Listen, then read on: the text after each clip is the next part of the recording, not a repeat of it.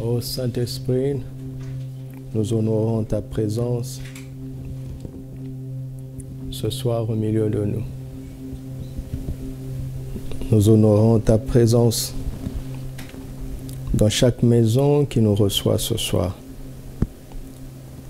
Que ce ne soit pas simplement nous, des images ou des sons qui leur parviennent, mais que ta présence, avec toutes ces grâces et ces bienfaits innombrables, puisse leur parvenir ce soir, au nom de Jésus, et que ta parole atteigne chacun des cœurs. Dépose la vie et la révélation qu'elle porte, et libère les grâces et la puissance qu'elle transporte. Pour notre édification, dans le nom de Jésus. Nous prions pour la nation où nous nous trouvons. Nous prions pour ce peuple qui est dans un temps particulier. Certains parmi eux sont sincères dans leur pratique religieuse. Nous te demandons de te révéler à tous ceux qui te cherchent de tout leur cœur. Nous te demandons de chasser les ténèbres de l'ignorance sur la nation et d'allumer ta lumière dans les cœurs. Dans le précieux nom de Jésus, le Seigneur et le Sauveur. Amen. Gloire à Dieu. Nous bénissons le Seigneur Jésus-Christ qui nous réunit ensemble ce soir, encore une fois pour parler à nos cœurs. Alléluia. Que la grâce et la paix de notre Seigneur abondent dans votre maison. C'est encore un temps d'édification dans la parole de Dieu, comme le Seigneur m'a demandé et qui me répète sans cesse, de lire distinctement les Écritures et d'en donner l'explication pour permettre, avec l'aide du Saint-Esprit, la compréhension. Alléluia. Alors nous allons calmement et patiemment continuer à apprendre. Notre grand thème est celui-ci, Christ en nous, l'espérance de la gloire. Et le Seigneur nous a conduits en nous montrant que le chemin qui aboutit à la gloire commence par l'appel. Car ceux qu'il a appelés, il les a justifiés. Et ceux qu'il a justifiés, il les a aussi glorifiés. Et il nous a conduits par l'expérience de son contact avec l'apôtre Pierre à comprendre la valeur cruciale et fondamentale de l'appel. Et nous avançons dans ce sens. Je parle simplement parce que j'ai foi en la parole de Dieu qui est capable elle-même, n'est-ce pas, de nous transformer et de produire dans nos vies et au travers de notre vie tout ce qu'elle dit. Alléluia. La parole de Dieu est vivante. Recevez-la avec foi et de tout votre cœur. Et vous serez surpris de tous les produits que vous allez produire pour la gloire de Dieu. Ce soir, nous allons parler d'un autre aspect de l'appel de Christ. Christ nous appelle à la sainteté. Alléluia. Christ nous appelle à la sainteté. Dites avec moi, Christ nous appelle à la sainteté. Lisons 1 Corinthiens, chapitre 1er, du verset 1 à 3. Paul, appelé à être apôtre de Jésus-Christ, par la volonté de Dieu, et le frère Sosthène. À l'église de Dieu qui est à Corinthe, à ceux qui ont été sanctifiés en Jésus-Christ, souligné, appelés à être saints. Ceux qui ont été sanctifiés en Jésus-Christ sont appelés à être saints. Amen. Et à tous ceux qui invoquent en quelque lieu que ce soit le nom de notre Seigneur Jésus-Christ, leur Seigneur et le nôtre. Que la grâce et la paix vous soient données de la part de Dieu le Père et du Seigneur Jésus-Christ. Amen. Tous ceux qui ont été sanctifiés sont appelés à être saints. 1 Thessaloniciens chapitre 4, verset 3. Ce que Dieu veut, c'est votre sanctification, c'est que vous vous absteniez de l'impudicité. Ce que Dieu veut. Comprenons bien la parole de Dieu. C'est ce qui m'est imposé par l'Esprit, de lire et de faire lire distinctement les Écritures et d'en donner simplement l'explication pour faciliter la compréhension. Paul commence par dire qu'il est appelé à être apôtre par la volonté de Dieu. Paul est parvenu à son appel final. Il est donc bien placé pour nous montrer quel cheminement nous devons suivre pour que chacun à son tour puisse parvenir à cet appel final. Vous comprenez? Paul n'est pas devenu apôtre parce que cela était agréable ou cela lui valait des privilèges. Il n'est même pas devenu apôtre parce qu'il avait désiré. Il n'est même pas devenu apôtre parce qu'il a demandé. Il est devenu apôtre parce que c'était la volonté de Dieu. Voici quelqu'un qui est parvenu à son appel final, ce que nous appelons la mission, et qui fait marche arrière pour nous prendre par la main, pour nous montrer les principes spirituels que nous devons tous suivre, qui sont les mêmes pour tous les disciples, et qui feront qu'en suivant ces principes spirituels, chacun va parvenir à son appel final, qui est un appel particulier. Alléluia. Il a découvert en ce qui lui concerne que la volonté de Dieu pour lui seul, pour lui en tant que personne, était qu'il devienne apôtre. Et dans 1 Thessaloniciens chapitre 4, il nous dit à nous tous, ce que Dieu veut, c'est notre sanctification. Il nous a appelés à la sainteté. Celui qui néglige l'appel général ne parviendra jamais à l'appel spécifique. Alléluia. C'est très important. Hébreux chapitre 12, verset 14. Hébreux 12, verset 14. Recherchez la paix avec tous. Et puis quoi? La sanctification, sans laquelle personne ne verra le Seigneur.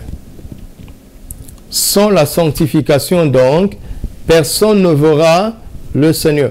À quoi bon remplir un ministère sur terre et finalement ne pas pouvoir voir le Seigneur? Ça sert à quoi? Dites-moi un peu. À quoi ça sert? Si vous agissez, vous opérez dans cette vie en tant qu'apôtre, prophète, docteur et tous les autres ministères, et que vous négligez la sanctification, vous ne verrez pas le Seigneur parce que vous avez été apôtre.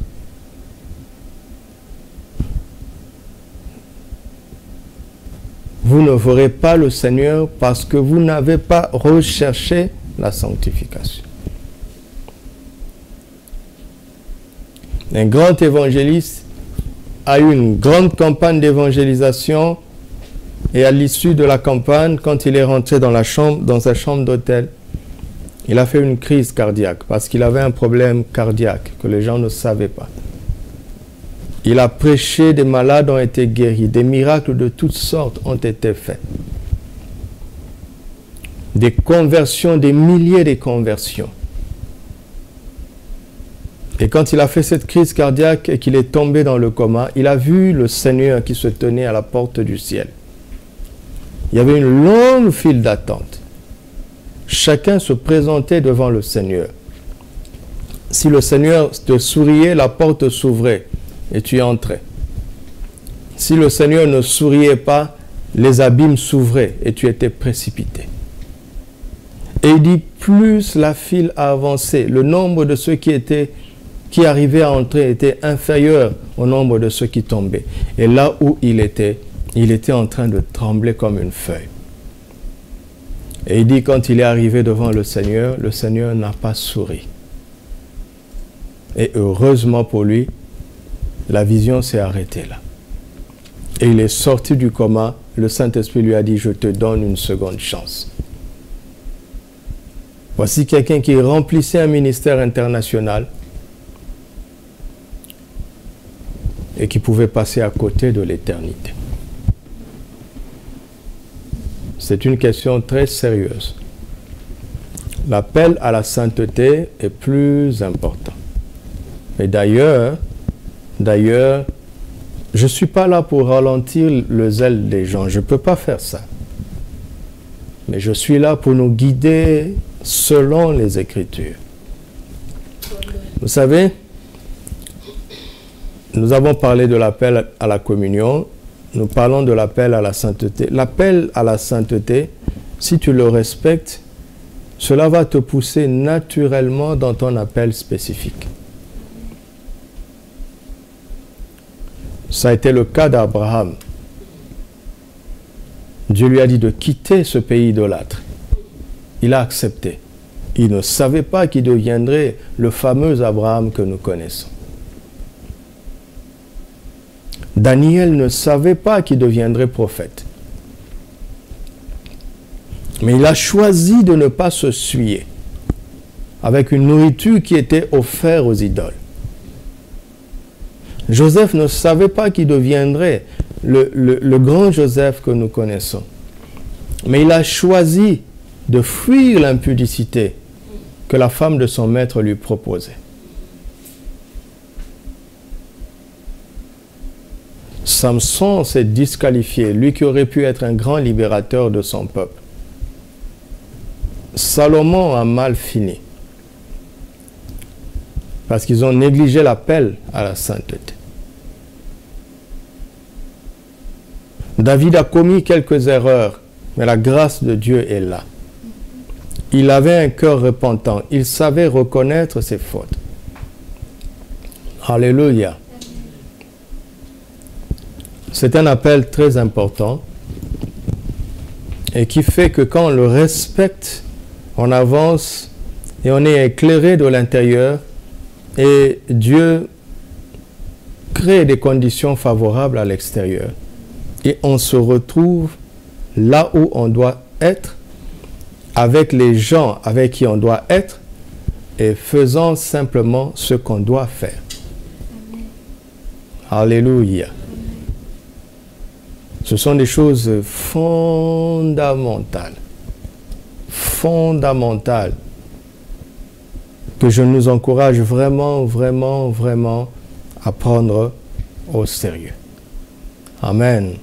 Matthieu 5, verset 8, le Seigneur dit, « Heureux ceux qui ont le cœur pur, car ils verront le Seigneur. » Regardez la parole.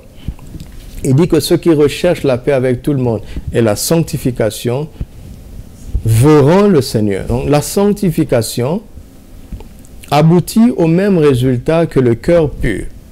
Vous comprenez? Donc il ne s'agit pas d'abord d'une sanctification morale. Il s'agit d'une sanctification de cœur, une sanctification de cœur. Nous ne prêchons pas la loi, la religion, la rigidité des commandements moraux difficiles à atteindre. Nous prêchons la sainteté de Dieu qui est un miracle, qui est un don de Dieu, qui commence dans le cœur et qui se manifeste au dehors. Comme la méditation d'aujourd'hui, nous avons vu dans la parole de Dieu qu'un cœur pervers, c'est tout simplement un cœur incrédule. Comment on le sait? C'est grâce à Jésus. C'est lui qui a révélé quand il a dit « Race incrédule et perverse, jusqu'à quand serai-je avec vous? Jusqu'à quand vous supporterai-je » La puissance de la droiture, la puissance de la sainteté vient de Dieu et se reçoit par la foi. Alléluia. Amen. La sanctification se vit par la foi. Amen. Elle se vit par la foi. Elle commence dans le cœur. Sinon, il y aura beaucoup d'hypocrisie. Comme la méditation de ce matin nous l'a enseigné. Et je prie tous les jours que la parole de Dieu qui tombe dans nos cœurs puisse porter du fruit. Amen. Que nous la recevions avec joie, que nous la valorisions. Ne lisez pas ces méditations-là et à la va-vite. Dieu nous fait grâce de sa parole tous les jours parce qu'il veut nous équiper. La vie chrétienne n'est pas difficile. Elle n'est pas difficile. Tout ce que Dieu veut que nous fassions, nous allons y arriver par sa force. Amen. Tout ce que Dieu t'a dit que tu vas faire, si tu ne le fais pas encore, c'est peut-être pas le temps. Tu n'es pas encore prêt. Parce qu'on ne va pas le faire avec la force de l'homme.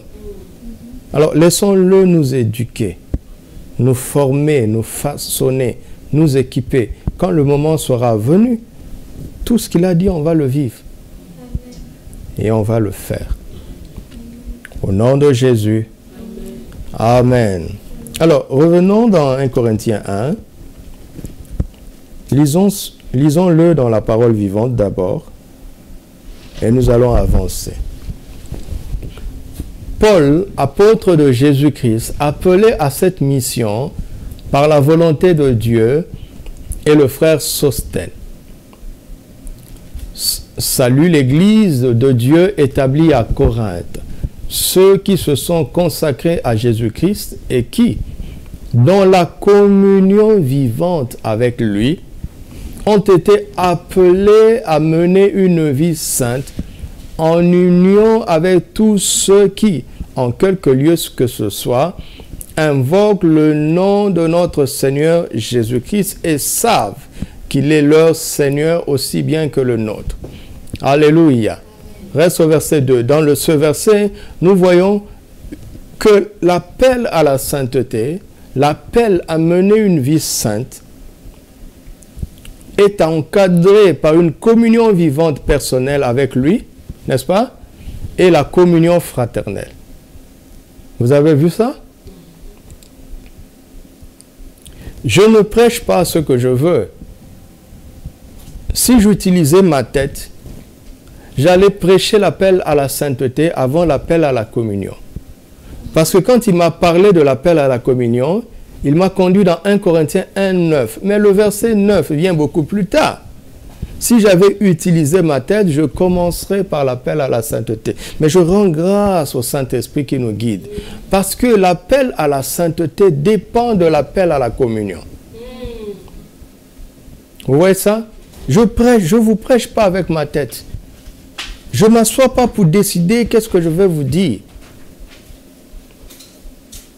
Une communion personnelle avec lui et la communion fraternelle.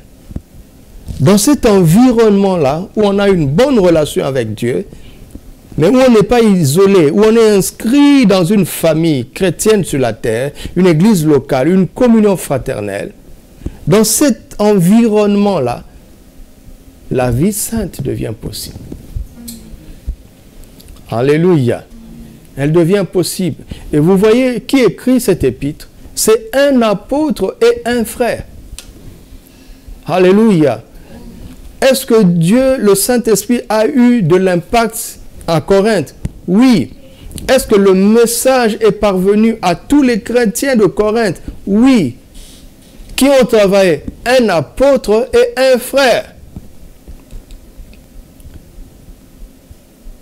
N'attends pas d'avoir un titre pour être inscrit dans le plan de Dieu. Je suis en train de vous parler aujourd'hui des frères et des sœurs m'aident. Nous travaillons ensemble.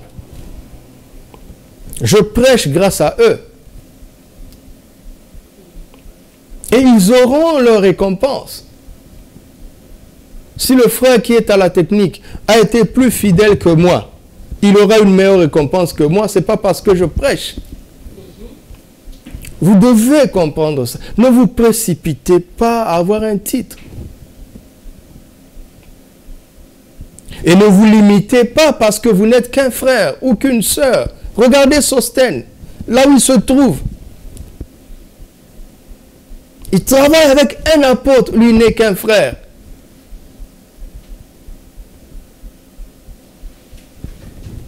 Mais il a un rôle à jouer. Alléluia. Tu as un rôle à jouer. Amen. Tu as un rôle à jouer. Tu peux le faire simplement en priant.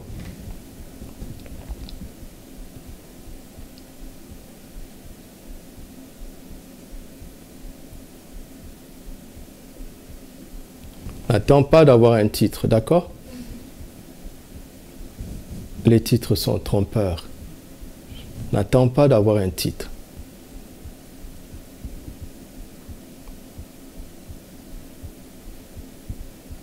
Sois fidèle là où tu es. Alléluia. Le Seigneur nous appelle à la sainteté. Alors, mets dans la version de Louis II, verset 2, Louis II, verset 2, à l'église de Dieu qui est à Corinthe. Il adresse à ceux qui ont été sanctifiés à Jésus-Christ et qui sont appelés à être saints. C'est un peu étrange. La construction est un peu étrange.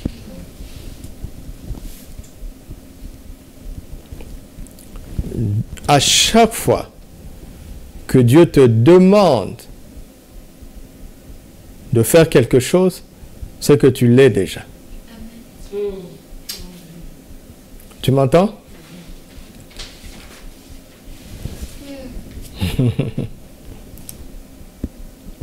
Il appelle ceux qui ont été sanctifiés à être saints. Pourquoi? Parce que s'ils n'ont pas été sanctifiés, ils ne peuvent pas être saints. S'ils n'ont pas reçu la nature sainte, ils ne peuvent pas la manifester à l'extérieur. Pour recevoir l'œuvre sur la base duquel nous recevons, est l'œuvre unique de Jésus, lui tout seul. Maintenant, quand nous recevons, nous croyons, nous recevons, pour le manifester, nous avons une part de responsabilité. Il ne peut plus le faire tout seul. Mais il est là pour nous aider. Alléluia. Il est là pour nous montrer comment manifester ce que nous avons reçu à l'intérieur sur la base de son œuvre achevée à la croix. Mais pour le manifester, il ne peut pas le faire à notre place. Mais il est là pour nous aider. Il est là pour nous guider. Il ne pouvait pas marcher sous les eaux à la place de Pierre. Il lui a envoyé la parole, il lui a envoyé l'appel. Et Pierre a agi par la foi. Il a commencé. Quand il a failli, le Seigneur l'a secouru. Parce qu'il est bon. Il ne blâme pas ceux qui ont osé. Il blâme ceux qui n'osent pas. Il blâme les incrédules. Mais il apprécie ceux qui font quelques pas. Il les tient par la main et il continue la marche avec eux. Alléluia. C'est très important.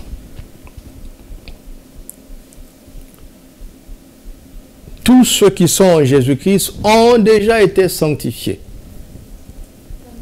Et ce sont eux qui sont appelés à être saints. Autrement dit, appelés à manifester leur sainteté. La sainteté qu'ils ont reçue à l'intérieur, ils sont appelés à la manifester. Ça fait des années que je sers le Seigneur, que je sers l'Évangile. J'ai vu des gens être transformés de manière étonnante. J'ai vu aussi des gens essayer de vivre comme des chrétiens et ne pas y arriver. Parce qu'ils n'ont pas cette vie en eux. Ils peuvent essayer, faire semblant pendant un temps. Ils finissent par craquer. J'ai vu des gens pardonner des choses extrêmes parce qu'ils ont reçu la force de Dieu. J'ai vu des gens être incapables de pardonner des choses qui ne sont pas si graves. Parfois, tu te demandes, est-ce qu'il est vraiment né de nouveau? Là, c'est Dieu qui a la dernière réponse. Amen. Alors, donc, la première pensée est celle de savoir que l'appel à la communion est prioritaire par rapport à l'appel à la sainteté. Amen.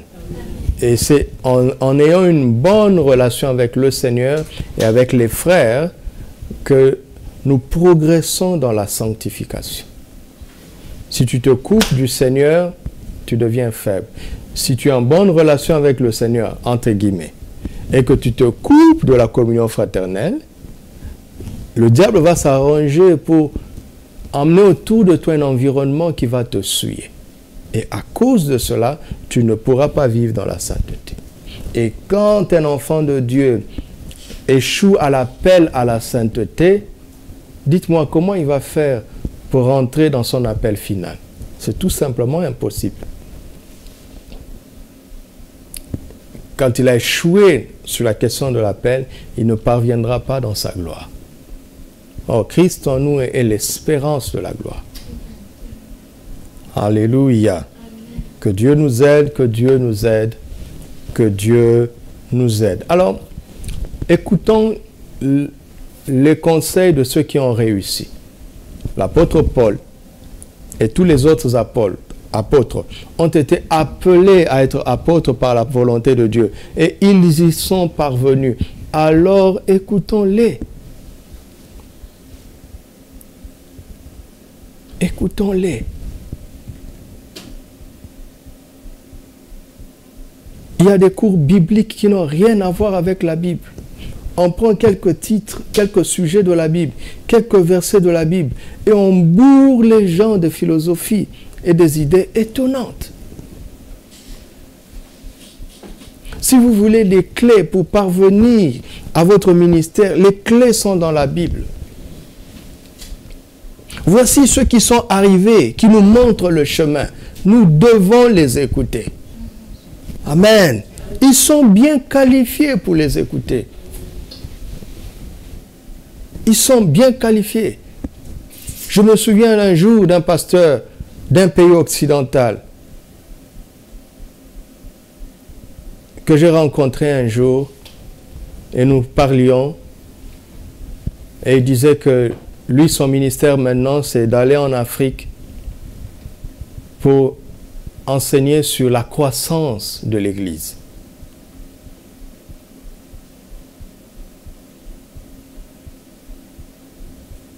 Son Église dans son pays d'origine, à 20 ans, ils n'ont jamais atteint 100 membres. Et parce qu'il a la peau blanche, il va aller enseigner sur la croissance de l'Église en Afrique. Il n'est pas qualifié pour ça. Il est qualifié pour autre chose. Parce qu'il tient bon dans la foi, il aime le Seigneur. Il est qualifié pour autre chose. Il n'est pas qualifié pour la croissance de l'Église. Arrêtez d'être complexé. Il n'est pas qualifié pour ça.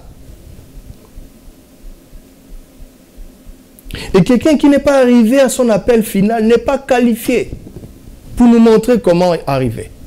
Il n'est pas arrivé lui-même. Vous m'entendez? Paul est qualifié. Il vous dit, appelé à être apôtre. Et il est arrivé. Mais il nous dit, écoutez-moi. Écoutez-moi. Ça commence par l'appel à la communion, suivi de l'appel à la sainteté.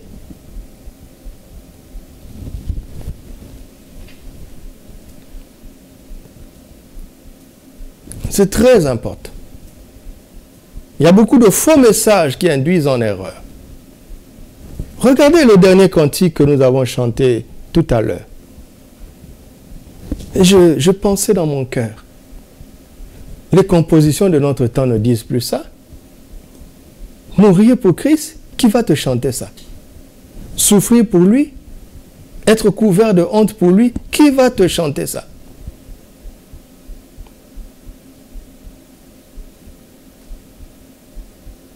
Oui, le message dans lequel nous baignons sont en partie vrais.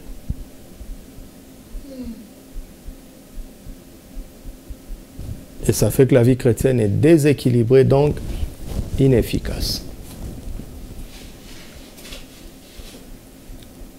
Alléluia. Si un jour je dois former les pasteurs, c'est ça que je dirais. Rentrer dans leur appel. Donc, mais on ne va pas attendre ça pour les pasteurs. Chaque enfant de Dieu est appelé à faire quelque chose.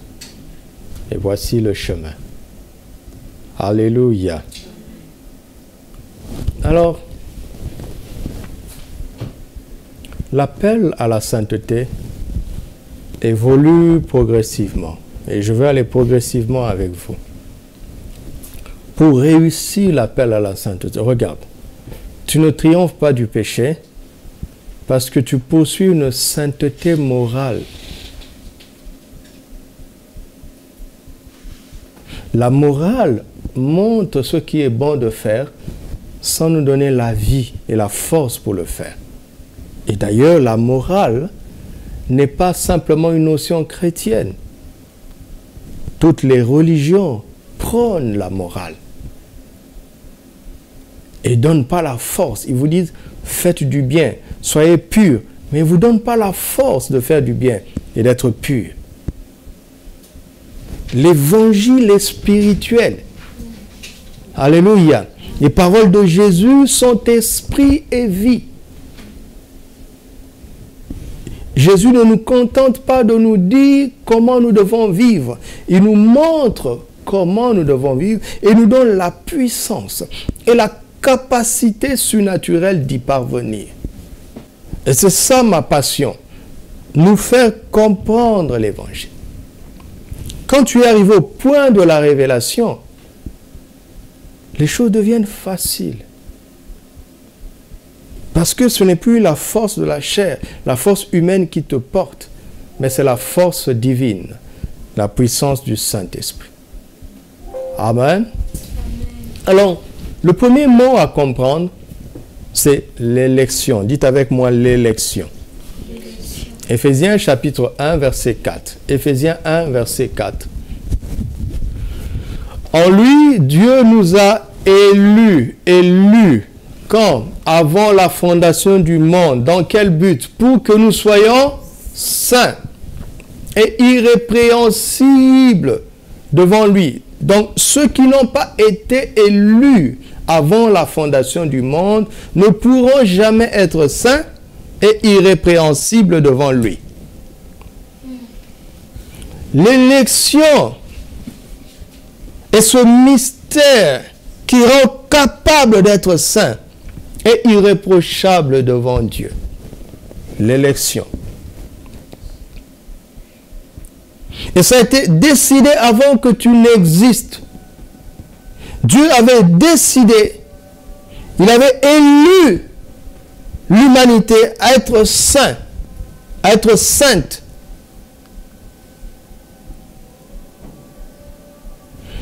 Cela veut dire que celui qui était élu pour cela, même s'il pêche aujourd'hui, ce n'est pas sa condition finale. Parce que Dieu n'a pas décidé, Dieu a décidé cela avant qu'il ne naisse.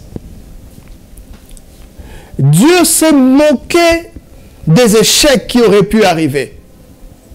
Il a déterminé à l'avance que grâce au mystère de l'élection, ceux qui sont élus en Christ seraient saints et irrépréhensibles devant lui. Amen. Alors la question c'est, qui est élu et qui n'est pas élu? C'est quoi être élu? On répond par la Bible. Actes chapitre 6, versets 3 à 5.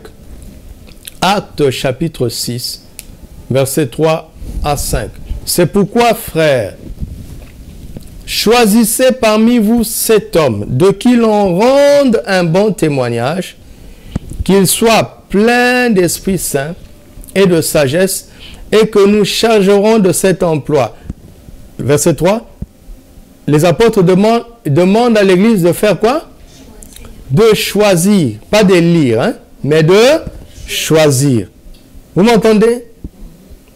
Verset 5, verset 4. Et nous continuerons à nous appliquer à la prière et au ministère de la parole. Verset 5. Cette proposition plut à toute l'assemblée et ils choisirent Étienne. Ils élurent Étienne, homme plein de foi et d'Esprit Saint, Philippe, Procore et ainsi de suite. Ils en élurent 7.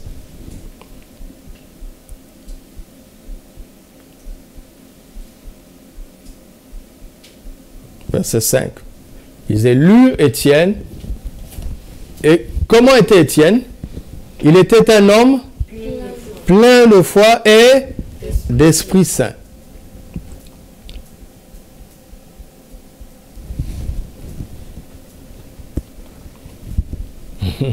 C'est le même mot là, élection, qui est là. Mais acte 6 est très important parce qu'il nous aide. Philippe a été élu parce qu'il est plein de foi et l'Esprit Saint. Étienne, il était plein de foi et d'Esprit Saint. Maintenant, regardez. Les mots ont toujours eu leur sens depuis longtemps, mais ils sont corrompus par la mentalité du monde. Par exemple, aujourd'hui, quand on dit que c'est un ministre, on dit que c'est un chef, n'est-ce pas? Son Excellence, Monsieur le ministre. Alors que le mot ministre veut dire serviteur. On ne dit pas son Excellence, le serviteur. Aujourd'hui, dans la mentalité du monde, tu vois quelqu'un dit « Je suis ministre ». Tu ne sais pas que « Je suis ministre ». On ne frappe pas la poitrine avec ce mot-là. Maintenant, aujourd'hui, la mentalité du monde a tordu aussi le sens de l'élection. L'élection n'est pas un privilège, mais c'est une responsabilité pour laquelle on rendra des comptes. Alléluia. Amen. Quand quelqu'un est élu comme député, il représente une communauté et il finira par rendre compte à cette communauté qu'il a investi de ce pouvoir par la voie de l'élection. Vous m'entendez? Donc, un élu peut considérer son élection soit comme un privilège ou bien comme une responsabilité.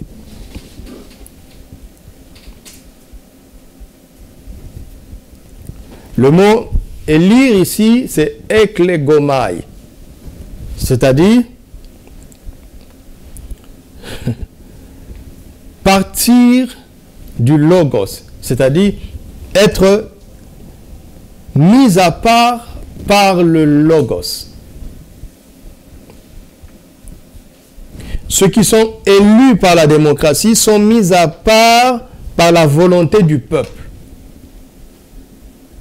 Mais ceux qui sont élus dans la Bible sont mis à part par la volonté du Logos. Jean 1 nous dit que Jésus-Christ est le Logos de Dieu, la parole de Dieu. Quand tu es élu par le Logos, tu es mis à part. Le Logos, le Seigneur Jésus-Christ, t'a donné une responsabilité pour laquelle tu rendras des comptes. Quand tu es élu au suffrage universel dans la démocratie, le peuple t'a donné une responsabilité pour laquelle tu rendras des comptes.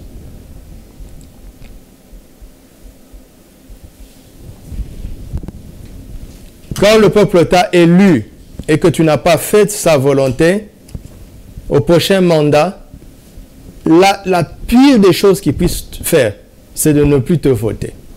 Ça s'arrête là. Mais le Logos peut t'envoyer en enfer. Vous m'entendez? Il nous a mis à part avec la responsabilité de manifester la sainteté. Parce qu'il sait qu'il nous en a donné la nature et la capacité. Amen. Pourquoi? Avant de lire Étienne, ils ont dû chercher d'abord, ils devaient voir s'il était plein de foi et d'Esprit Saint. Vous comprenez? Ils ne l'ont pas élu pour lui dire, sois maintenant rempli de foi et d'Esprit Saint. Non, Étienne était rempli de foi et d'Esprit Saint alors que c'était un simple frère. Et à cause de cela, ils l'ont élu sur la base de ce qu'il était déjà. Ils lui ont donné une responsabilité équivalente à sa nature, aux preuves qu'il avait montrées. C'est ce que Jésus fait. Il nous a déjà sanctifiés et il nous envoie sur le terrain pourri de ce monde pour nous dire, manifestez ma sainteté. Si je ne vous avais pas sanctifié, je ne vous appellerai pas être saint. Je vous ai élu avant la fondation du monde. En Christ, à travers l'agneau de Dieu qui a été immolé avant la fondation du monde, à travers le mystère de la croix qui a précédé notre existence, il avait déjà pourvu pour notre sanctification. De telle sorte que celui qui croirait en Jésus recevrait la nature sainte et serait qualifié pour la manifester. Vous m'entendez?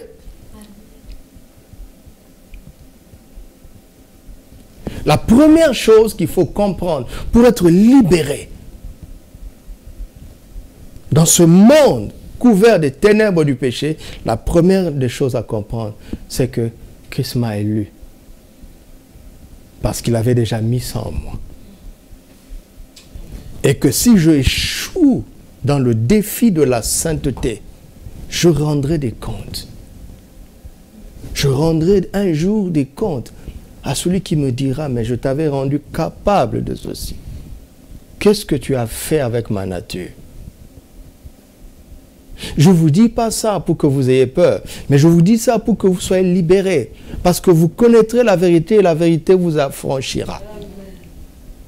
De savoir que nous avons reçu cette capacité nous donne de l'ascendant sur les tentations qui sont dans ce monde et sur les œuvres de la chair.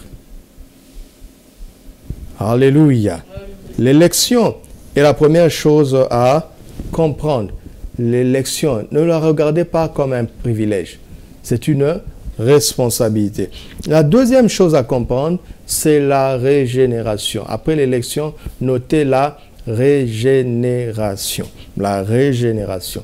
Les simples choses que je vous dis sont des clés. Quand vous les pratiquez, vous progressez dans votre destinée. Et vous arriverez là où vous devez être. Vous ferez ce que vous avez à faire. Vous aurez de l'aide humaine et des ressources. Regardez quand Dieu a appelé Moïse et qu'il a envoyé Moïse. L'une des objections que Moïse a brandi à Dieu, c'était qu'il ne parlait pas facilement. Mais qu'est-ce que Dieu lui a dit? Voici ton frère arrive. Qu'est-ce que cela veut dire? Cela veut dire que quand Dieu parlait à Moïse, il avait déjà parlé à Aaron. Et lui avait dit, commence le voyage. Tu ne peux pas être dans ton appel et manquer de compagnons du ministère. Regarde comment je suis béni avec vous tous. Qui va lever la main et me dire que c'est moi qui l'ai appelé? Moi, comment je veux faire? Comment je veux faire pour t'emmener au Maroc? Comment je veux faire pour que tu vives ici au Maroc? Qu'est-ce que je peux te donner? Rien. Mais quand il me parlait dans ma chambre, il te parlait aussi. Donc les ressources humaines sont arrivées. Et ensemble, les ressources matérielles arrivent. Nous ne savons pas comment, mais ça arrive. Je vous bénis pour votre fidélité dans vos dîmes et dans vos offrandes. Que Dieu vous bénisse pour cela. Mais c'est un miracle, nous sommes tous fidèles. Moi aussi, je suis fidèle. Parce que l'argent de l'Église n'est pas l'argent du pasteur. C'est l'argent du Seigneur. Maman et moi, nous aussi, nous sommes tenus à être fidèles. Et nous sommes surpris par la provision divine. Parce que c'est son œuvre. Amen. Tu m'entends? Réponds à l'appel à la communion. Réponds à l'appel à la sainteté. Quand le moment sera venu, tu seras au bon endroit, tu sauras quoi faire et tu auras de l'aide autour de toi. Et tu auras les ressources. Tu ne tendras pas la main. Amen. Et le plus souvent, quand les ressources manquent, c'est un indice que ce n'est pas encore le temps. On soit patient. Alléluia.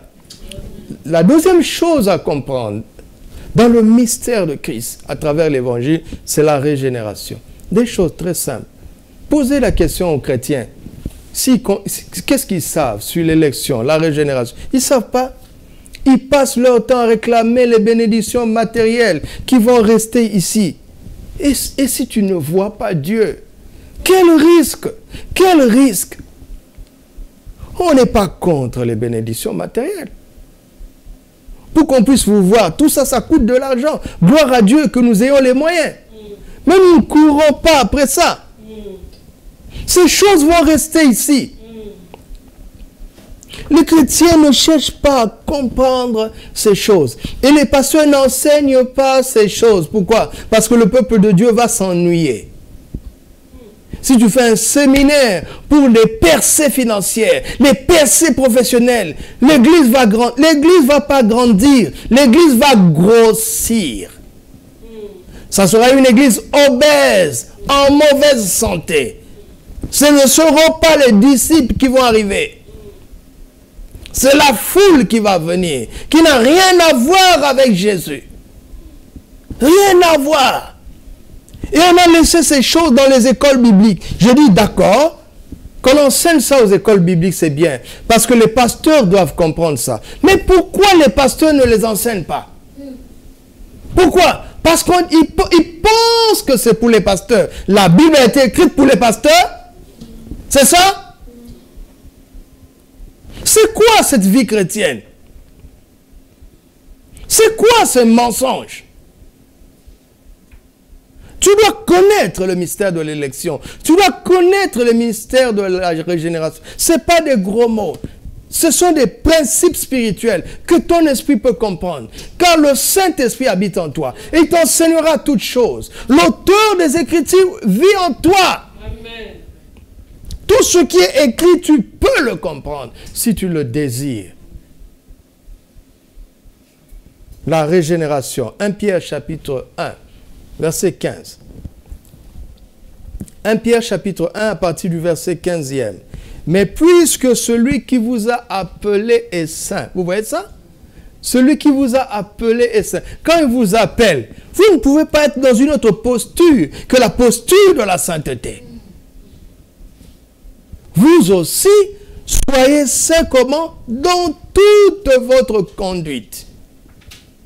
Selon qu'il est écrit, vous serez, car je suis. Vous serez saints. Et quel est l'argument de Dieu? Pourquoi Dieu dit que vous serez saints? Quel est son argument?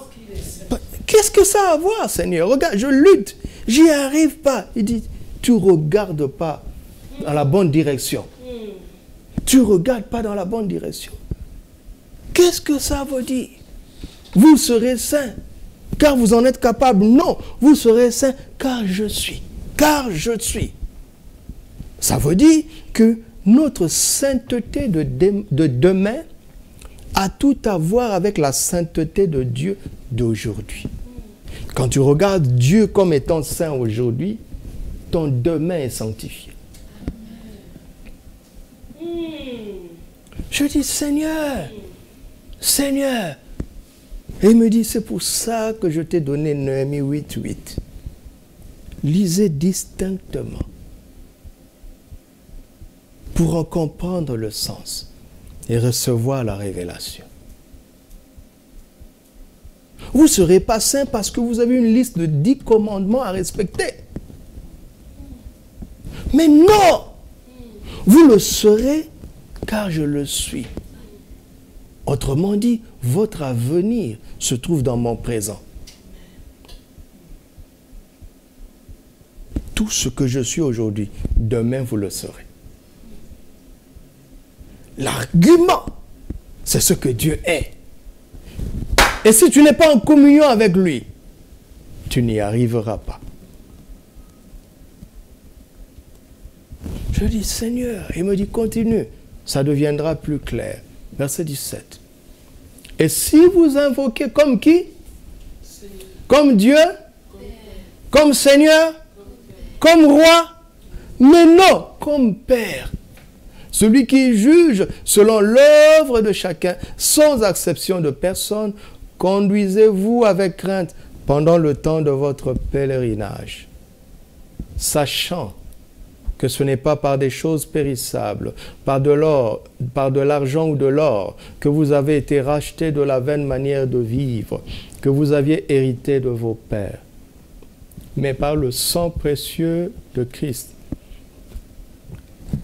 comme d'un agneau sans défaut et sans tache, prédestiné avant la fondation du monde et manifesté à la fin des temps à cause de vous, et qui par lui croyez en Dieu, lequel l'a ressuscité des morts et lui a donné la gloire, en sorte que votre foi et votre espérance reposent sur Dieu, ce Dieu que nous invoquons comme Père. Verset 22. Ayant purifié vos âmes, comment?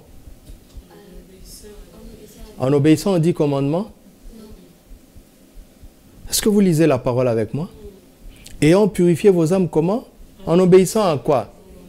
Dans l'ancienne alliance, il devait obéir à la loi. Dans la nouvelle alliance, nous devons obéir à la vérité. C'est-à-dire être d'accord avec ce que Dieu dit. Pour avoir un amour fraternel sincère, aimez-vous ardemment les uns les autres de tous vos cœurs. Puisque vous avez été régénérés, non par une semence corruptible, mais par une semence incorruptible, par la parole vivante et permanente de Dieu, la régénération, ou bien la nouvelle naissance. Amen. Alléluia. Si tu es né par une semence incorruptible, ta vie ne peut pas être corruptible. Donc tout dépend de la source qui t'a donné la vie. Alléluia. Quand nous naissons de nouveau, nous naissons de la parole de Dieu et du Saint-Esprit. Le Saint-Esprit est saint. La parole de Dieu est parfaite. Elle est une semence incorruptible. Donc nous avons reçu la vie sainte par naissance, par nouvelle naissance. Comme nous avons reçu la vie pécheresse par la naissance naturelle, de la même manière, nous avons reçu la vie sainte par la nouvelle naissance, par la régénération. Alléluia. Alors il dit, regardez votre papa, celui de qui vous venez, Dieu, il est saint. Demain, vous serez saint. Ça veut dire quoi? Vous serez de plus en plus sanctifiés. Chaque jour, vous serez de plus en plus saint dans toute votre conduite. Vous triompherez du péché de manière progressive. Je parle des actes. Je ne parle pas de la nature du péché. Par le mystère de la croissance. Alléluia. Acceptez ça, vous allez voir comment vous allez être transformé. Parce que l'ennemi tend des pièges sur les chemins de la vie pour emmener ceux qui sont appelés à la gloire à se disqualifier eux-mêmes. Regardez, dans Daniel chapitre 1, ils étaient plusieurs d'origine noble en Israël, des jeunes hommes. Mais dans la suite de l'histoire, on ne parle que de 4. Daniel, Azaria, Michaël et Anania. Où sont passés les autres? Ils ont hypothéqué leur avenir glorieux sur la table garnie des mets d'idoles. Ils se sont disqualifiés eux-mêmes. Vous savez, les Juifs ne disent pas que Dieu a appelé Abraham. Les Hébreux disent Dieu a appelé et Abraham a répondu. Dieu n'a pas dit à Daniel de ne pas manger. C'est Daniel qui a résolu dans son cœur de ne pas se souiller. Regardez Genèse 39. Au début, dans la maison de Potiphar, on dit la présence de Dieu était avec Daniel, avec Joseph, n'est-ce pas? Et il faisait réussir tout ce qu'il faisait. Mais quand Daniel se retrouvait piégé, isolé avec la femme de son maître, on ne dit pas que la présence de Dieu était là. Mais Daniel savait que Dieu était là. Joseph. Joseph pouvait hypothéquer son grand appel, ses deux grandes visions, sur le lit de la femme de son maître. Comme Samson a hypothéqué son grand appel sur le lit de Delilah.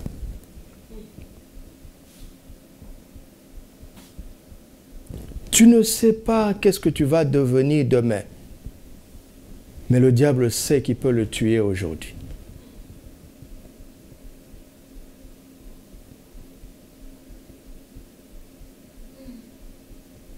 Nous devons résister au péché.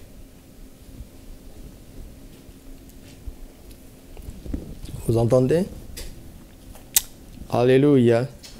Une belle chose dans 1 Pierre, verset 15, 1 Pierre 1, verset 15.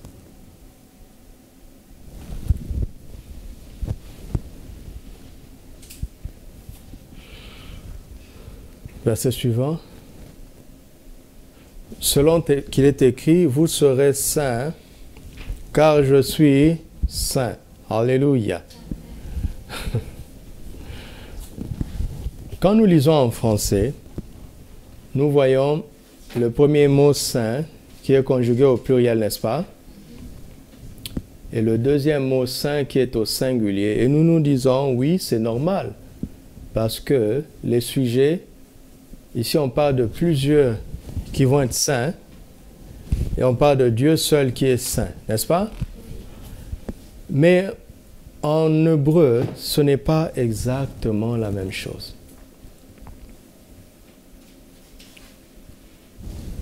Le mot hébreu qui est ici, qui est attribué à Dieu, c'est une sainteté absolue, une sainteté définitive, une sainteté totale, une sainteté qui peut se communiquer. Mais le mot ici, qui est très proche, c'est une sainteté progressive. Vous entendez? Okay. C'est une sainte. Par exemple, si jamais Dieu avait dit, vous serez saints comme je serai saint, ce serait grave. Parce qu'on va se poser la question, et aujourd'hui Dieu est comment? Vous comprenez? Oui. Dieu parle de notre avenir, mais il parle de son présent. Parce qu'il est, il est le même, hier, aujourd'hui et éternellement. Sa sainteté est absolue, définitive. Elle ne peut pas évoluer. D'accord? Donc la sainteté de Dieu ici, en fait, c'est la sainteté véritable. C'est cette sainteté qu'il communique à quiconque s'attache à lui, quiconque croit en lui, pour que ce dernier devienne saint. Alléluia. Et ces deux mots en hébreu sont comparés à une plante. Le mot saint ici peut être expliqué par l'image de la germination. Une graine qui germe, n'est-ce pas? Qui croît, qui devient un arbre, et ainsi de suite, et qui porte du fruit. Mais le mot ici est comparable à une semence. C'est cette semence de la sainteté qui produit des arbres saints que nous sommes. Alléluia. La sainteté de Dieu est une sainteté parfaite qui n'évolue pas. Donc Dieu n'a pas besoin de sanctification. Mais nous, ces enfants qui sommes saints, nous avons besoin de sanctification. C'est-à-dire de progresser dans le vécu de la sainteté. C'est pour cela que parfois nous devons confesser nos péchés et les abandonner parce qu'il y a de mauvaises choses qui s'ajoutent dans notre démarche de sainteté. Mais Dieu n'aura jamais aucun péché à confesser. Qui va lui pardonner?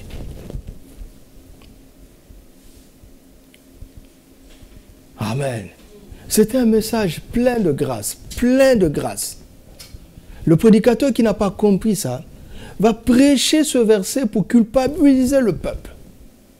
Mais Dieu, quand Dieu disait « vous serez saints », c'était un message plein de grâce. Il était en train de dire « je comprends que vous aurez à prendre un processus. On ne va jamais venir demander du fruit à une plante qui vient de germer aujourd'hui. On lui donne le temps de la croissance et il y a une saison où on viendra cueillir le fruit. » C'est pour cela que Dieu nous pardonne et qu'il est patient avec nous.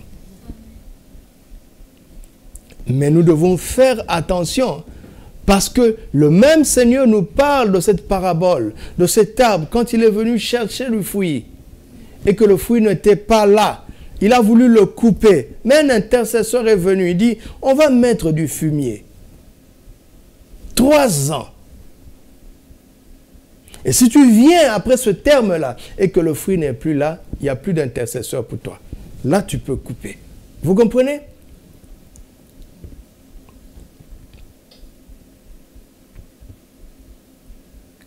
Nous devons rechercher à connaître toutes les vérités qui sont dans la parole de Dieu pour nous affranchir.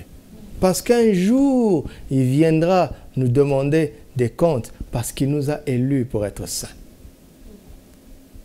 Il nous a donné cette responsabilité et il viendra nous demander des comptes. Il nous a donné un mandat pour ça. Alléluia.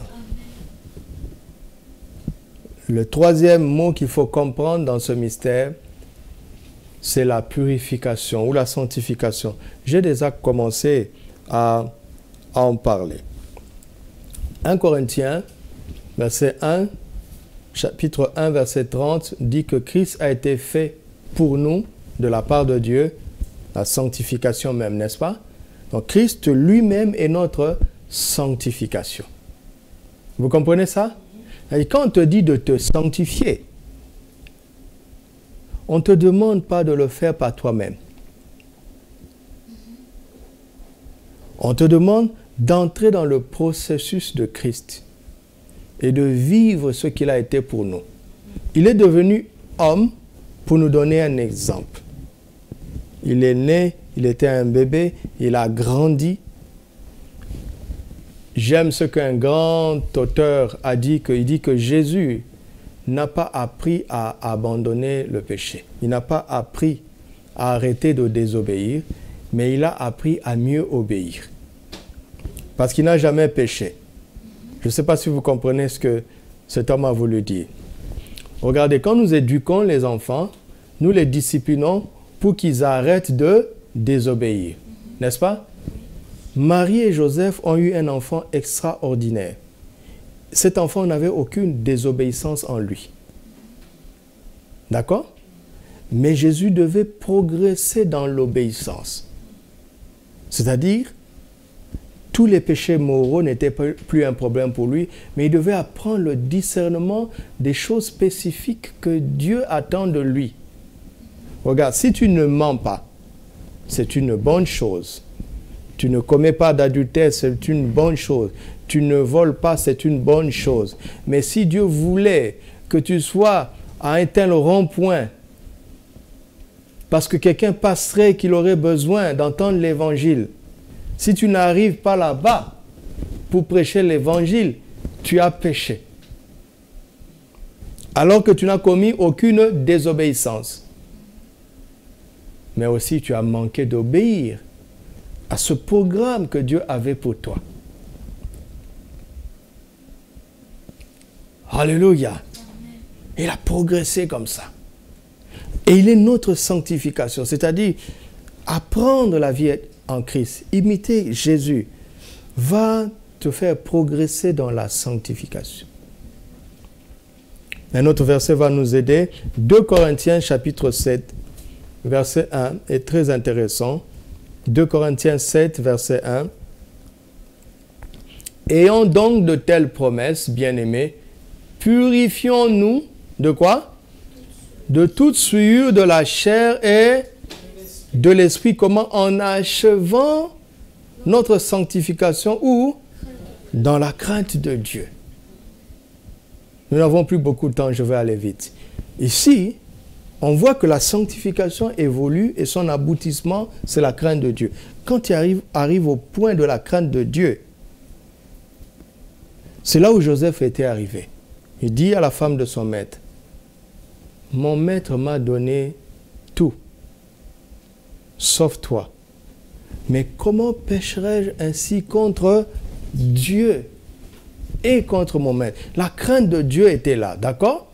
Parce que si la crainte de Dieu n'est pas là, il y a des situations où tu vas dire, mais personne ne saura. Le but de la sanctification, c'est de parvenir à un point où Dieu est tellement tu es tellement conscient qu'il est là. Tu es tellement conscient qu'il est là que tu crains de faire tout ce qui va l'offenser et tu ne crains pas de faire tout ce qu'il te dit. Parce que celui qui s'opposera à toi aura affaire à lui. Tu sais que tu n'es pas seul. Alléluia. Ainsi, l'obéissance dans ce que Dieu te demande deviendra facile. Tu ne désobéiras pas parce que tu crains Dieu. Et si, en obéissant à Dieu, quelqu'un s'oppose à toi, tu sais que Dieu est au-dessus de lui. Parce que tu crains Dieu, tu ne craindras pas un homme.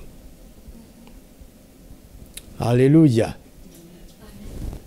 Mais l'information ici, c'est qu'il y a la souillure de la chair et il y a aussi la souillure de l'esprit. Où est la différence? 1 Corinthiens chapitre 6. 1 Corinthiens 6, verset 16 à 19. Loin de là, ne savez-vous pas que celui qui s'attache à la prostituée est un seul corps avec elle? Car est-il dit, les deux deviendront une seule chair. Mais celui qui s'attache au Seigneur est avec lui un seul esprit. Ça, c'est la communion. Fuyez l'impudicité. Vous voyez, ça, c'est maintenant l'appel à la sainteté. Quelque autre péché qu'un homme commette, ce péché est hors du corps.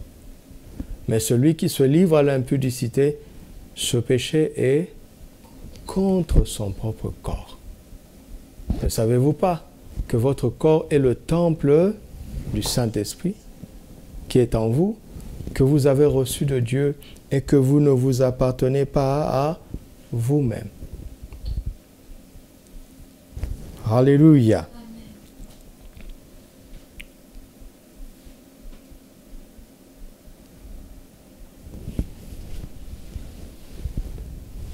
L'élection, ensuite c'était quoi? La régénération, et ensuite quoi? La purification ou la sanctification. 1 Jean chapitre 1, verset 6.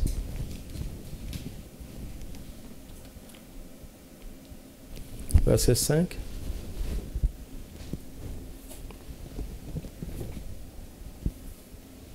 Verset 4.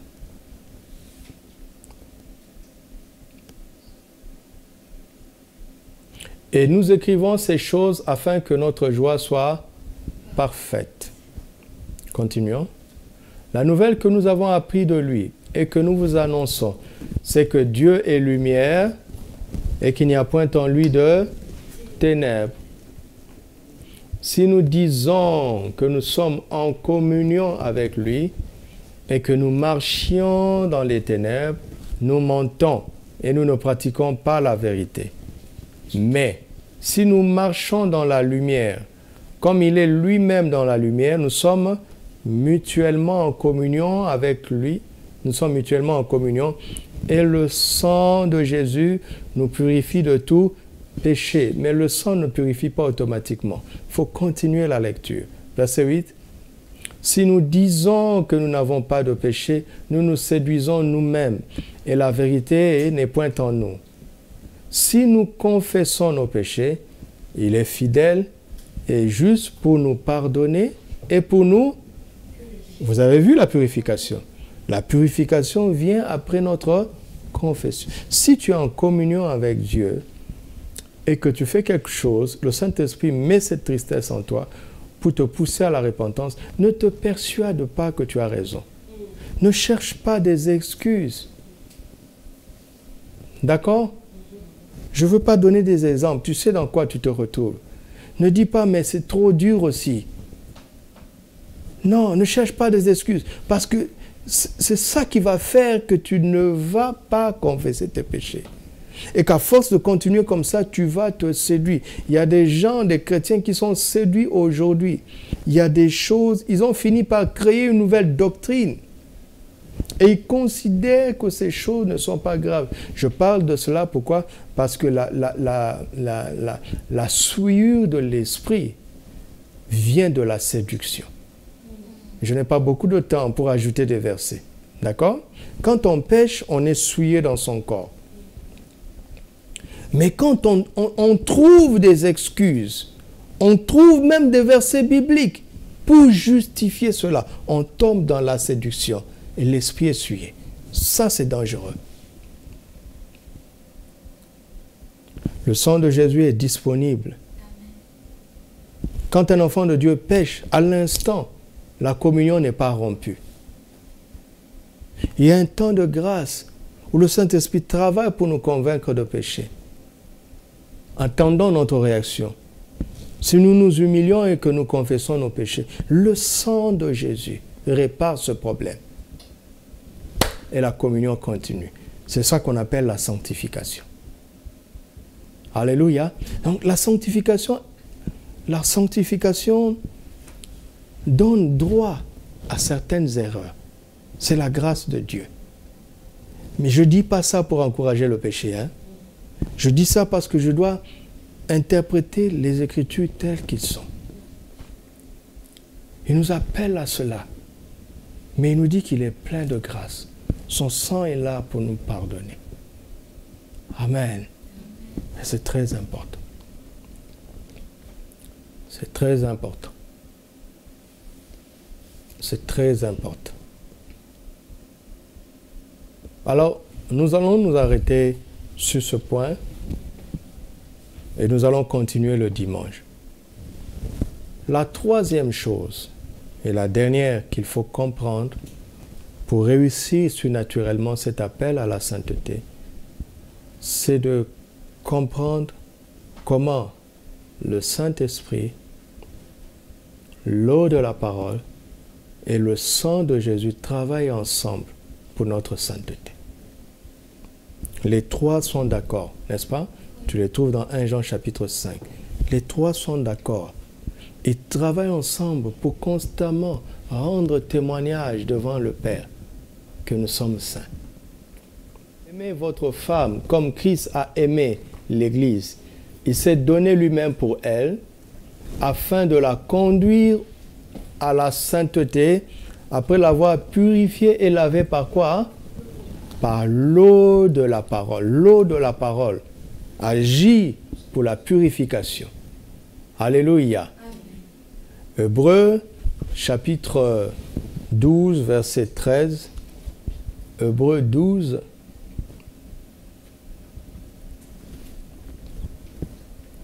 Hébreux 8. Hébreux 13 verset 12. Hébreux 13 verset 12. Voilà pourquoi Jésus aussi, afin de procurer quoi?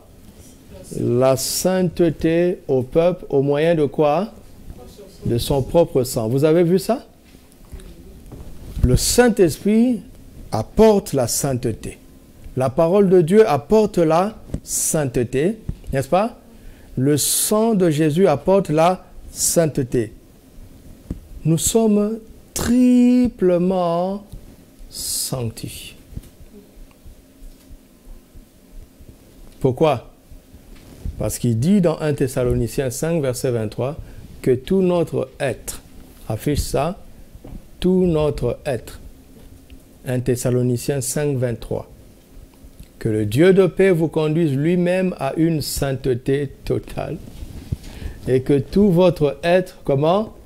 L'esprit, l'âme et le corps soient conservés irréprochables lors du retour de notre Seigneur Jésus-Christ. Notre être est constitué de l'esprit et de l'âme et du corps.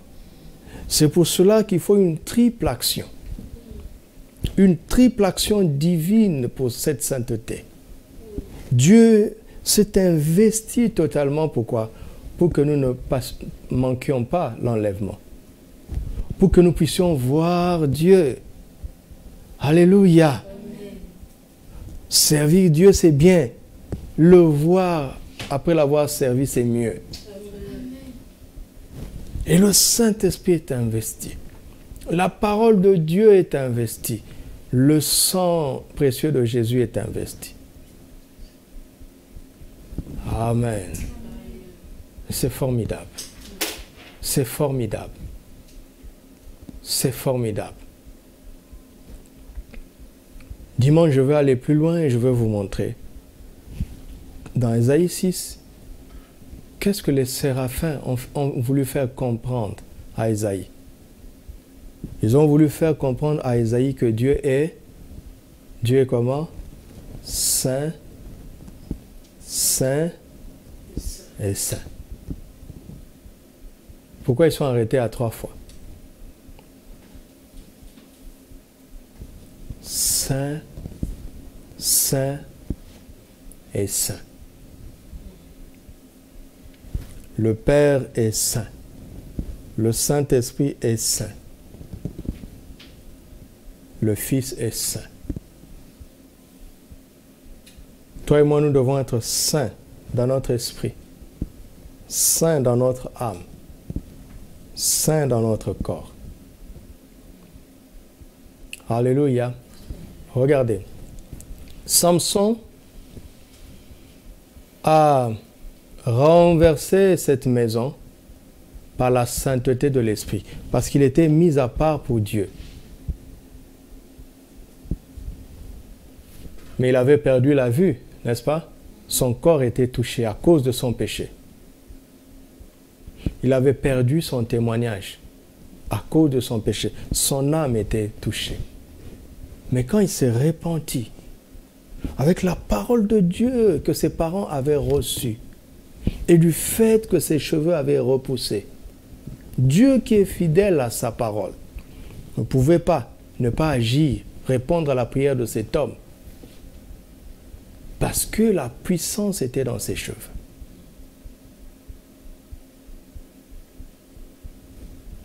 Mais il a perdu sa vie. Alléluia. Et la sainteté que nous avons reçue par la régénération, par l'élection, c'est la sainteté de l'esprit. Vous me suivez? J'espère que c'est clair. Simplement parce que nous sommes enfants de Dieu, spirituellement nous sommes saints. Mais la sainteté de l'âme et du corps ne dépend ni de l'élection, ni de la régénération, mais de la sanctification ou de la purification. Nous devons comprendre ces simples choses. Nous devons comprendre ces simples choses. Afin que l'ennemi ne puisse pas nous tromper pour nous disqualifier sur le chemin de notre appel. Vous entendez? J'ai découvert dans les Écritures que Dieu dit, il est le Dieu d'Abraham, il est le Dieu d'Isaac, il est le Dieu de Jacob. Il y a une dimension de sainteté qu'Abraham nous apprend. Il y a une dimension de sainteté que Jacob nous apprend. Il y a une dimension de sainteté qu'Israël nous apprend.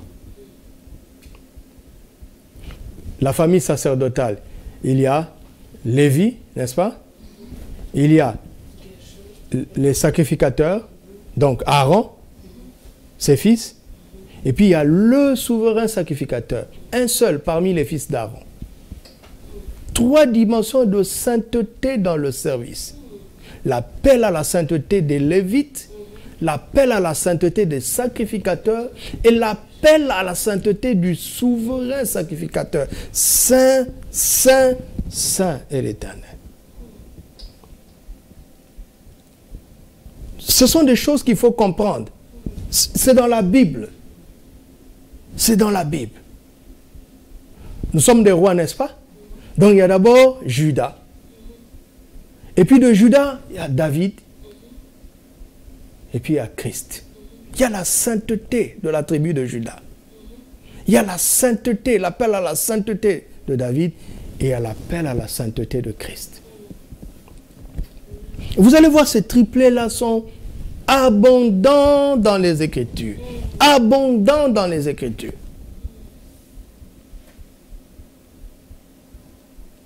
Et ce n'est pas comme des cours que nous devons mémoriser. C'est la nourriture que nous devons consommer. Et qui va construire notre être. Et qui fera que certains pièges de la vie vont être faciles à vaincre parce que nous sommes bien nourris. Tout simplement. Et nous allons avancer de victoire en victoire, de gloire en gloire. Aucun piège de l'ennemi ne nous aura. Amen. Et nous finirons notre course sur la terre en puissant parler comme Paul. J'étais appelé à ceci.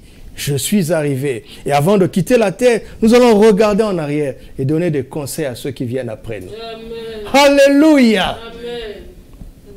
Voilà la puissance des Écritures. Ce que les Écritures nous apportent. J'ai vu des gens se disqualifier dans cette vie chrétienne. Et si je suis encore dans la course, c'est juste parce que Dieu m'a fait grâce. L'ignorance est une mauvaise chose. Alors Dieu nous instruit pour que nous puissions réussir. Alléluia. Dieu est saint, saint, saint.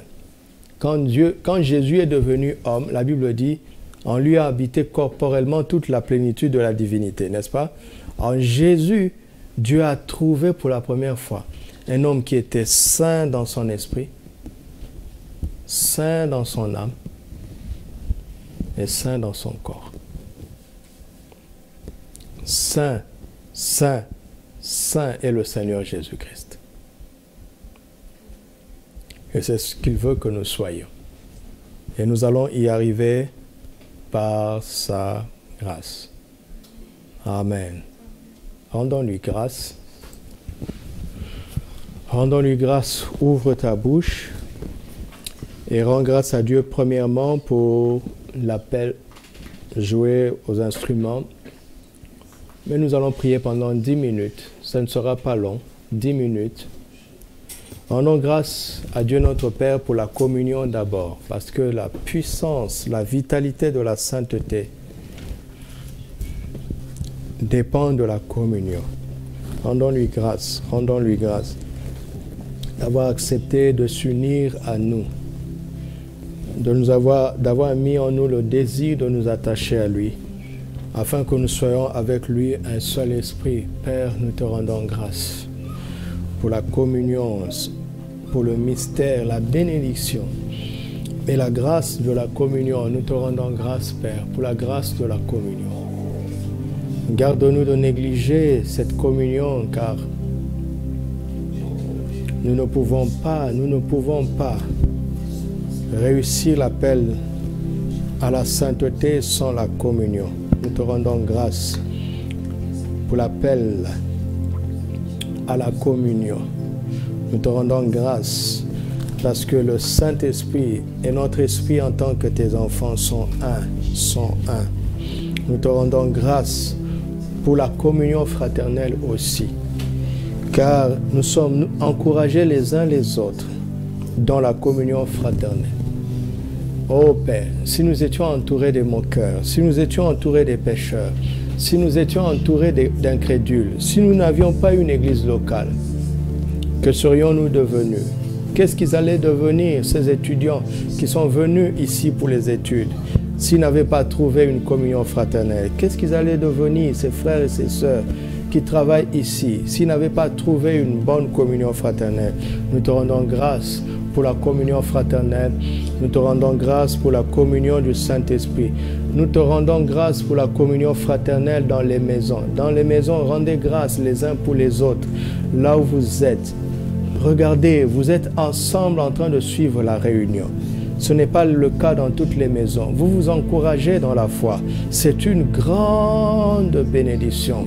C'est une grande bénédiction qui n'a pas de prix. Alors pour cela, rendez grâce à Dieu pour la communion fraternelle et pour le Saint-Esprit qui rend cela possible. Nous te rendons grâce aussi, Père, pour la possibilité que tu nous donnes de pouvoir continuer les réunions, pour pouvoir communier avec toi et avec ta parole à travers ces moyens techniques que tu mets à notre disposition. Nous te remercions, nous apprécions encore de mieux en mieux cette grâce, car ce n'est pas simplement pour faire des activités, ce n'est pas une religion, mais c'est une communion. C'est une communion que tu rends possible et nous apprécions cela de tout notre cœur. Rendons grâce à Dieu pour le ministère des apôtres, pour le Seigneur Jésus-Christ d'abord, lui-même qui a été un bel exemple pour nous, pour les apôtres qui nous ont laissé les Saintes Écritures. Rendons grâce à Dieu aussi pour les aînés, les parents spirituels que nous avons, pour papa et maman Karambiri, et pour tous les bons pasteurs qui nous inspirent, pour tous les aînés qui nous inspirent. Rendons grâce à Dieu pour cela, parce qu'il nous donne des conseils pratiques pour continuer la marche. Alléluia. Nous te rendons grâce, Père, nous te rendons grâce. Parle au Seigneur de tout ton cœur. Réponds à sa parole, en lui parlant simplement, avec l'évangile qu'il nous a donné. Répondons à sa parole ce soir au nom de Jésus. Nous te rendons grâce, nous te remercions et nous te bénissons pour le Seigneur Jésus, pour la vie du Seigneur Jésus. Nous te rendons grâce pour l'exemple qu'il est pour nous, pour la vie humaine qu'il est venu vivre, pour nous donner l'exemple. Nous te rendons grâce parce qu'il est la parole qui a été faite chair. Il a été saint dans son esprit, dans son âme et dans son corps, afin de nous montrer que cela est possible et de nous donner de l'espoir. Vraiment, Christ en nous est l'espérance de la gloire. En regardant sur lui, en regardant à lui, nous marchons sur les pièges de ce monde sans jamais tomber, parce que nous avons les yeux sur lui. Il est notre force, il est notre inspiration, il est notre victoire, il est notre gloire. Oh Jésus, nous te bénissons. Nous te rendons grâce aussi pour les saints apôtres qui nous ont laissé les saintes écritures, qui ont accepté d'être de bons instruments entre tes mains et qui nous ont transmis, Seigneur, ces secrets, ces vérités auxquelles nous sommes appelés à obéir pour marcher dans la victoire. Nous te rendons grâce pour nos parents spirituels, papa et maman Karambiri. Nous te rendons grâce pour les bons exemples qui sont pour nous, pour les bons messages, les bons conseils, les bonnes formations, la bonne éducation qu'ils nous donnent. Nous te rendons grâce pour les bons pasteurs qui nous ont inspirés. Nous sommes tous là parce que quelque part, il y a eu de tes serviteurs qui nous ont inspirés et qui continuent de nous inspirer jusqu'à aujourd'hui. Nous te rendons grâce et nous prions parce que tant qu'ils sont encore sur la terre, ils n'ont pas encore fini leur course. Nous prions qu'ils gardent la flamme jusqu'à la fin. Nous te demandons de fortifier ton serviteur et ta servante, papa et maman Karambiri. Nous te demandons de fortifier tous ces bons pasteurs qui résistent à la mentalité du monde pour enseigner l'évangile, pour encourager les chrétiens dans ces temps qui sont difficiles. Nous te confions tous ces serviteurs, ces enseignants, ces messagers de l'évangile afin, ô Dieu, que tu veilles sur eux, qu'ils ne soient pas de sujet de scandale, mais qu'ils soient des inspirations de bénédiction et un encouragement pour nous tous, pour nous autres qui sommes encore en train d'avancer et d'apprendre. Nous te rendons grâce pour les anciens, les aînés, les responsables qui sont dans notre assemblée. Que eux aussi soient des modèles au Père. Nous prions qu'ils soient des modèles, afin que les plus jeunes puissent les regarder et être encouragés dans leur communion, qu'ils soient encouragés dans leur sanctification, qu'ils soient encouragés. Donne-nous de bons exemples, donne-nous de bons exemples, donne-nous de bons exemples et fais que tous nous vivions comme des bons disciples, relevant le défi de la sainteté dans cette génération, dans cette nation, parmi les nations, dans le monde, que nous soyons différents. Que nous soyons différents par la puissance du Saint-Esprit. Que nous soyons différents par l'aide de ta parole. Que nous soyons différents. Que nous soyons différents. Béni soit ton Saint. Béni soit ton Saint. Rendons grâce maintenant pour l'élection et pour la régénération. Rendons grâce, rendons grâce, rendons grâce.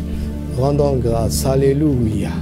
O ranias kameno branes, lamero bashai naliakunta branaskirian de barakom, imandora shete klanias kemanto bariganeshma, mezila toklante bariato rasekebane, leblene koshtadi ramante brano sagnantere kamen, mintabrone sheriato krante baragom. Tu nous as élus avant la fondation du monde pour que nous soyons saints, et nous le sommes. Et nous le sommes. Tu nous as régénérés par ta semence qui n'est pas corruptible, mais qui est incorruptible. Ta parole vivante et permanente. Et nous le sommes. Et nous le sommes. Merci pour le mystère de l'élection qui n'est plus un mystère pour nous. Merci pour le mystère de la régénération qui n'est plus un mystère pour nous. Merci de nous avoir transformés.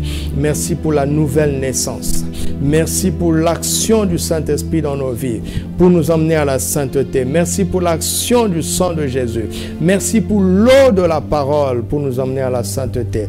Merci, merci. Que ton Esprit agisse en nous librement chaque jour. Que ta parole agisse en nous librement chaque jour.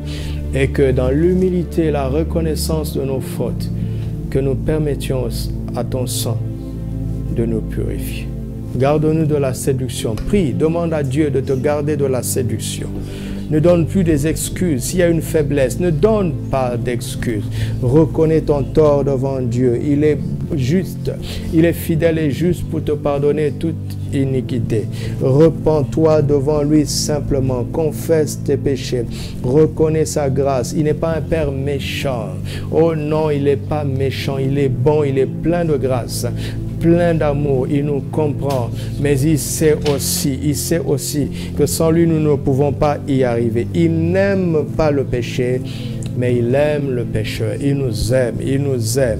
Refuse la séduction, Arrête de donner des excuses. Tu sais ce que Dieu veut que tu fasses. Et tu n'y arrives pas, demande pardon, crie au secours, demande son aide simplement. Ne cherche pas d'excuses. Ne cherche pas d'excuses. C'est dangereux. C'est dangereux. Que personne ne tombe dans la souillure de l'esprit au nom de Jésus. Que personne ne tombe dans la souillure de l'esprit au nom de Jésus. Père, au nom de Jésus, je prends autorité contre tout esprit d'orgueil, contre tout endurcissement de cœur, contre tout esprit de séduction, contre tout vent de mauvaise doctrine qui veulent séduire ton peuple. Je me lève contre cela et je m'y oppose dans le nom de Jésus. Oh, toi voleur, toi loup, séducteur, je t'ordonne maintenant de lâcher les brebis que le Seigneur a mis sous notre responsabilité. Le troupeau est protégé au nom de Jésus. Les brebis qui ont commencé à être affectés par la séduction, je les arrache maintenant de la gueule du loup séducteur au nom de Jésus. Je les arrache maintenant de la gueule de l'ours séducteur au nom de Jésus. Toi qui as été affecté par les fausses doctrines, tu as écouté des messages qui t'ont déséquilibré, déstabilisé. Tu avais commencé à être atteint. Maintenant, je te ramène à l'ordre. Je te ramène dans le troupeau au nom de Jésus. Toi qui as commencé à être affecté par l'orgueil, sois libéré maintenant de l'orgueil au nom de Jésus.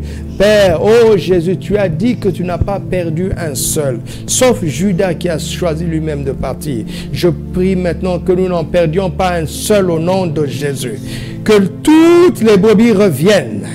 Qu'elles reviennent au nom de Jésus. Qu'elles reviennent au nom de Jésus. Que le peuple soit plein de grâce pour accueillir leurs frères et leurs sœurs, sans jugement, sans condamnation. Soyons remplis de grâce.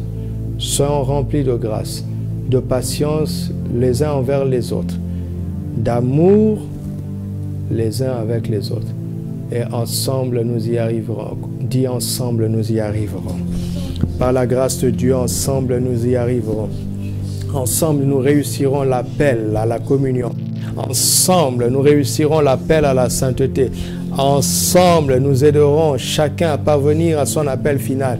Ensemble, nous y arriverons au nom de Jésus. Alléluia. Alléluia. Maintenant, je me tiens sur mon office et avec l'autorité qu'il m'a conférée en tant que pasteur dans cette vision. Maintenant, au nom de Jésus, que ton âme soit sanctifiée. Au nom de Jésus, que le processus du renouvellement de l'intelligence qui était interrompu puisse reprendre maintenant au nom de Jésus. Maintenant, que les sentiments qui étaient en Christ, qui t'animaient jadis, que tu avais perdu, la sensibilité de l'esprit que tu avais perdu, la passion pour Christ que tu avais perdu, l'amour qui avait commencé à se refroidir, maintenant, avec l'autorité qu'il m'a conférée, soit ranimé maintenant dans ton âme au nom de Jésus. Que la flamme soit ranimée au nom de Jésus. Soit embrasée de nouveau dans ton âme au nom de Jésus. Maintenant, maintenant, tout corps qui avait été souillé par une maladie, par une douleur, par une faiblesse, car la maladie est une souillure. Que ton corps soit sanctifié maintenant au nom de Jésus. J'ordonne, je commande aux maladies de quitter les corps maintenant. Je commande aux maladies de quitter les corps. Maladie, quel que soit ton nom, je te soumets au nom de Jésus et je t'intime l'ordre maintenant de libérer ces corps. Que ces corps soient sanctifiés. Maintenant au nom de Jésus. Les faiblesses de tout genre, que ces faiblesses qui quittent ton corps au nom de Jésus. Que la fatigue quitte ton corps. Que le découragement quitte ton corps. Amen. Maintenant au nom de Jésus. Que tout ton être, l'esprit, l'âme et le corps soient conservés purs, irréprochables pour le retour de Jésus. Amen. Jésus viendra te trouver en bonne santé spirituelle, en bonne santé émotionnelle et intellectuelle et en bonne santé physique. Alléluia. Soyez encouragés et progressez dans cet appel à la sainteté au nom de Jésus notre Seigneur. Amen.